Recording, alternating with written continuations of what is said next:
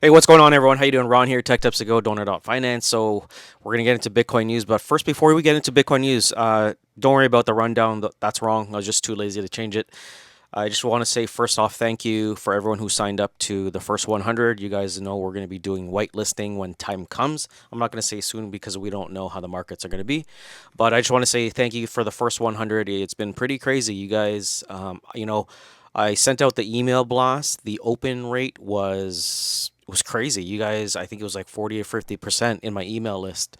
And I had to shut down the first 100 because I think we had over 700 people or close to 700 people that signed up. So I apologize. I didn't close it right at 100, but you know what? There's a link below that's going to be for the next 100 to 200. I'm going to keep that open just because I'm going to fire that. It's an announcement. So basically, once I get the next 100 to 200 signups, that will probably be like early round. Okay. So, like, early round for first round. Okay. Because I know the community is strong and I just want to say thank you. It's been pretty crazy. A lot of questions. People are asking, like, when are we going to launch, etc. And like I said, until you kind of see more adoption on the platform, and when the market sentiment gets up, then maybe we'll think about doing it the right way, a fair launch, right? So, anyways, let's get into the video. Bitcoin. Thank you again. All right, guys, how you doing? Ron here with Tech Tips to Go. So we got some interesting news. Coinbase, great article from CoinTurk News. So Coinbase CEO Brian Armstrong addresses Bitcoin ETF concerns. So if you're not following Twitter and some of the drama that's going on between Justin Sun, well, I wouldn't say drama, but there are people talking about Coinbase or the CBTC, which is the Coinbase, the CBTC, which is the Coinbase-backed Bitcoin. So over here, we've got Twitter messages from Duo9 saying Coinbase CEO just admitted that you got to trust them on their word. They will not provide any proof of reserves for the Bitcoin they claim they have, nor any proof of backing for their new paper BTC called CBBTC. So if you take a look at this post over here from Tyler, it says, I told everyone I went through the chain. I mean, it's public ledger. Literally anyone can do it. Coinbase are writing IOUs for BlackRock. Now everyone is waking up and hopefully Coinbase has a bank run. Baldylocks is anti-Bitcoin. So in response, Justin Sun mentioned Coinbase's Bitcoin lacks proof of reserves, no audits, and can freeze anyone's balance anytime. Essentially, it's just trust me. Any US government subpoena could seize all your Bitcoin. There's no better representation of central bank Bitcoin than this. It's a dark day for Bitcoin. So now if you look at this, this is the reply from Brian Armstrong. So Baldylocks here, not sure what this is all about. All ETF mints and burns we process are ultimately settled on-chain. Institutional clients have trade financing and OTC options before trades are settled. OTC stands for over-the-counter trades.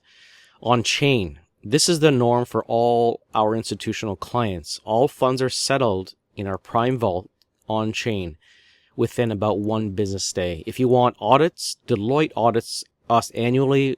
We're a public company. I doubt our institutional clients want people dusting all their addresses, and it's not our place to share for them. This is what it looks like if you want a bunch of institutional money to flow into Bitcoin. As for CBDC, yes, you're trusting a centralized custodian to store their underlying Bitcoin. We've never claimed otherwise. So that pretty much sums up this article, and I'll just go through just some of the points I highlighted here, and that's Coinbase's strategy, right? So they provide over-the-counter, and if you're not familiar with OTC transactions, it's very common with institutions, big or small. OTC is just over-the-counter. If a whale wants $100,000 worth of any coin, sometimes they'll just do over-the-counter with a CEO.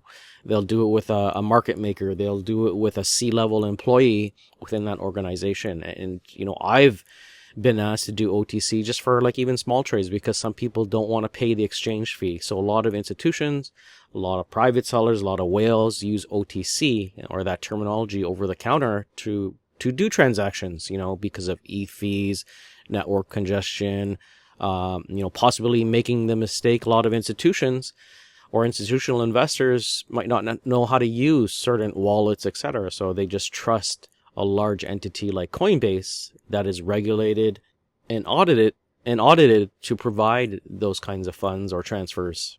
But I do see how Bitcoin maxis or people who are familiar with on-chain data and analysis, there's a lot of tools out there similar to the tools that I use, like Sentiment. You can see on-chain data, right? Because everything is public ledger. You could see it on-chain. Tools like this can show you the total supply. The supply is held by whales, supply held by top non-exchange addresses. So basically meaning if you're not a Coinbase or a Binance, what's the supply held in those wallets? Because those wallets are public. Coinbase wallet is public, a Binance wallet is public. You could kind of track all of the data, the total amount of Bitcoin holders, how it's growing per year, per month. All of that data is public. So I see both sides of the story. Coinbase is a large entity. And what Brian Armstrong did say is, Coinbase is audited annually by reputable firms like Deloitte. So if there were anything to happen, Deloitte, within their annual audit could come out publicly with that knowledge, right? But there's always more risk when that happens, right?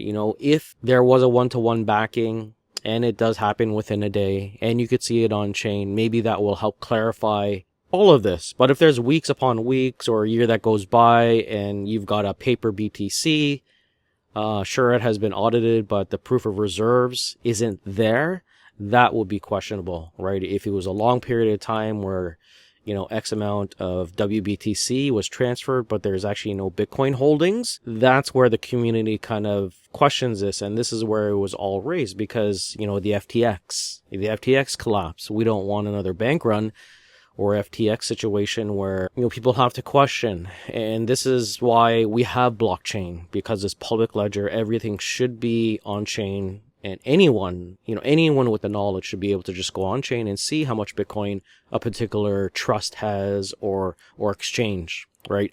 And this is where companies like Binance created, such things as a proof of reserve. And that actually shows, to make a long story short here, crypto custodians use proof of reserve, POR audits, to show that they're holding users' funds in full. So Binance conducts and publicly publishes internal audits. Okay, and then they provide this to their users that are using their platform. So here's the introduction. So blockchain technology enabled cryptographic proofs facilitate transparency of crypto exchanges, financial transactions, and the proof of reserves further increases this transparency by creating an authorized framework for auditing crypto custodians. So this is very key, and this is one thing that a lot of people like, but sometimes there might be a delay of providing that data. But like I mentioned, everything is public ledger. You should be able to see that right away, or not right away. If not, in Coinbases, maybe in a day. So here it just goes into audit and transparency again. So addressing the proof of reserve issue, Armstrong emphasized that Coinbases undergoes annual audits by Deloitte, which should instill greater confidence in corporate clients regarding the safety and accuracy of their funds. He asserted that these transparency and auditing process support Coinbase's position as a reliable platform for ETF transactions. So I just find it amusing how Justin Sun had to come in and just leave his 2 cents, lack of proofs of reserves, no audits, can freeze anyone's balance anytime. Essentially, it's just trust me. Any U.S. government subpoena could seize all of your Bitcoin. There's no better representation of central bank Bitcoin than this. It's dark days for BTC.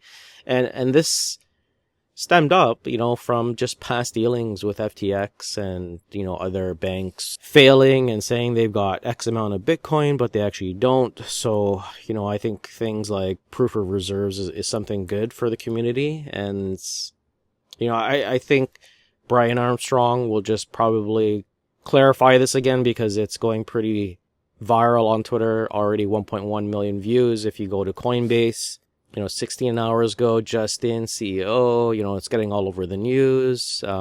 Big breaking rumors are circulating that Coinbase is writing Bitcoin IOUs for BlackRock and suppressing price. Big breaking news over here. Rumors are settling at Coinbase, blah, blah, blah. It goes on and on and on. So hopefully Brian Armstrong clarifies all of this. But let's wait and see. Until next time, stay safe, and I'll see you in the next one.